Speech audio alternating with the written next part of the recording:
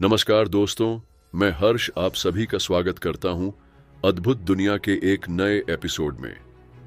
क्या आपने कभी सोचा है कि अगर हमें सच में टाइम ट्रैवल करने का मौका मिले तो हम क्या करेंगे?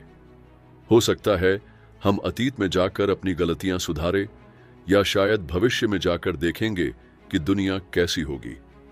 लेकिन क्या यह सब सिर्फ उन फिल्मों और किताबों की बातें हैं या साइंस में भी यह मुमकिन है? आज हम इसी पर बात करेंगे। लेकिन टाइम ट्रैवल को समझने के लिए सबसे पहले हमें टाइम को समझना होगा। क्या आपने कभी सोचा है कि यह समय आखिर है क्या? क्या यह सिर्फ हमारी घड़ियों की टिक टिक है या कुछ और? अगर वैज्ञानिक नजरिए से देखें तो समय एक ऐसा माप है जिससे हम घटनाओं के क्रम को समझते हैं। समय हमें बताता है कि कौन सी घटना पहले हुई और कौन सी बाद में।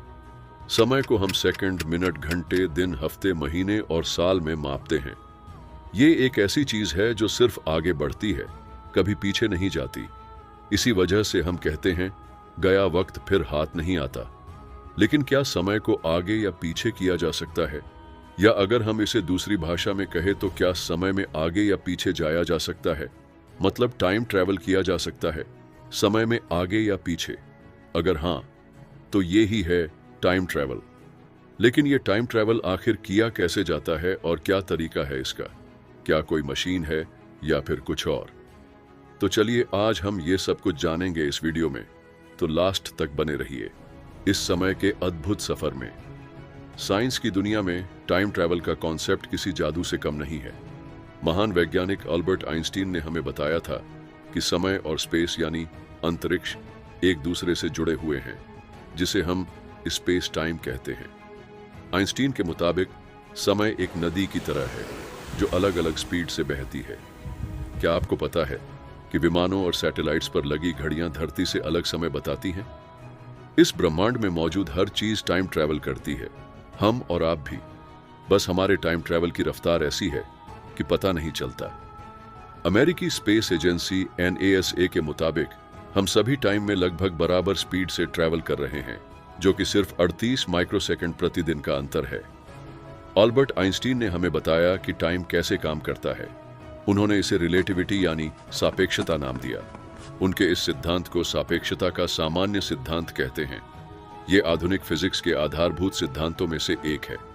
आइंस्टीन का सिद्धांत कहता है कि टाइम और स्पेस एक दूसरे से जुड़े हुए हैं। उनका यह भी कहना था कि ब्रह्मांड की गति की एक सीमा है। ब्रह्मांड की कोई भी वस्तु प्रकाश की गति 2,99,792.458 मीटर प्रति सेकंड से ज्यादा तेज नहीं चल सकती। इसका मतलब कि आप जितनी तेजी से ट्रैवल करेंगे, टाइम आपके लिए उतना ही धीमा होता जाएगा। वैज्ञानिकों ने तमाम प्रयोगों से इसे साबित भी किया है। एक मशहूर प्रयोग 2 एटॉमिक घड़ियों से जुड़ा है। एक परमाणु घड़ी को धरती पर रखा गया और दूसरी घड़ी को हवाई जहाज में उड़ाया गया, उसी दिशा में जिस दिशा में पृथ्वी घूमती है। वैज्ञानिकों ने दोनों परमाणु घड़ियों के समय की तुलना की। विमान में सवार होकर तेजी से आगे बढ़ती घड़ी जमीन पर मौजूद घड़ी से थोड़ा पीछे चल रही थी, और भी इसे कई उदाहरण है। पहले कई वैज्ञानिकों का मानना था कि हर जगह समय एक जैसा होता है। मतलब अगर धरती पर रात के 8 बज रहे हैं तो हर मंगल ग्रह पर भी रात के 8 ही बज रहे होंगे।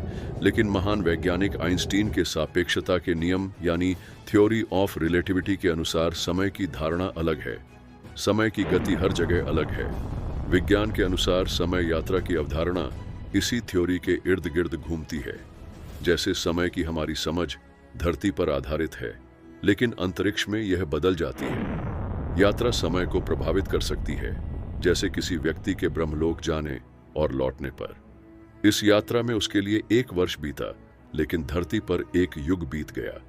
जैसे बुध ग्रह पर 1 वर्ष 88 दिन का होता है, इसीलिए धरती के समय अनुसार बुध ग्रह पर 1 साल गुजारना 4 युग बिताने के बराबर है।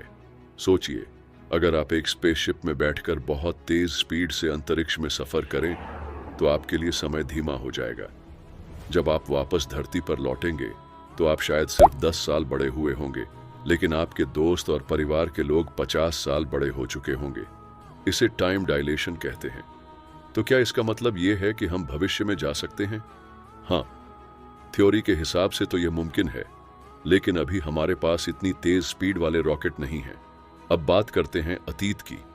क्या हम अतीत में भी जा सकते हैं? वैज्ञानिकों का मानना है कि अगर हम वॉर्म होल नाम की सुरंगें खोज लें तो हम अतीत में जा सकते हैं। वॉर्म होल एक तरह का शॉर्टकट होता है जो दो दूर की जगहों को एक पल में जोड़ देता है। यह एक पेज को मोड़कर उसके दो कोनों को आपस में मिलाने जैसा है। लेकिन यहाँ पर एक बहुत बड़ी समस्या है जिसे ग्रैंडफादर पैराडॉक्स कहते हैं। मान लीजिए आप अतीत में जाकर अपने दादाजी से मिलते हैं और किसी वजह से उनका एक्सीडेंट हो जाता है।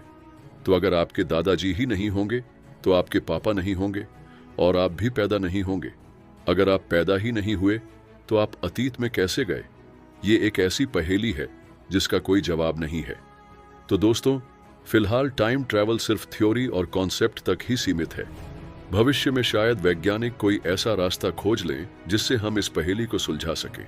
लेकिन एक बात तो साफ है, हमारी दुनिया जितनी हम जानते हैं उससे कहीं ज्यादा रोमांचक और रहस्यमयी है।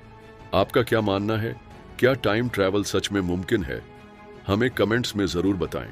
और नई वीडियो देखने के लिए चैनल को सब्सक्राइब जरूर करें। मैं मिलता हूं आपको एक नई वीडियो में एक नए टॉपिक के साथ। तब तक के लिए देखते रहिए और जुड़े रहिए अद्भुत दुनिया के साथ।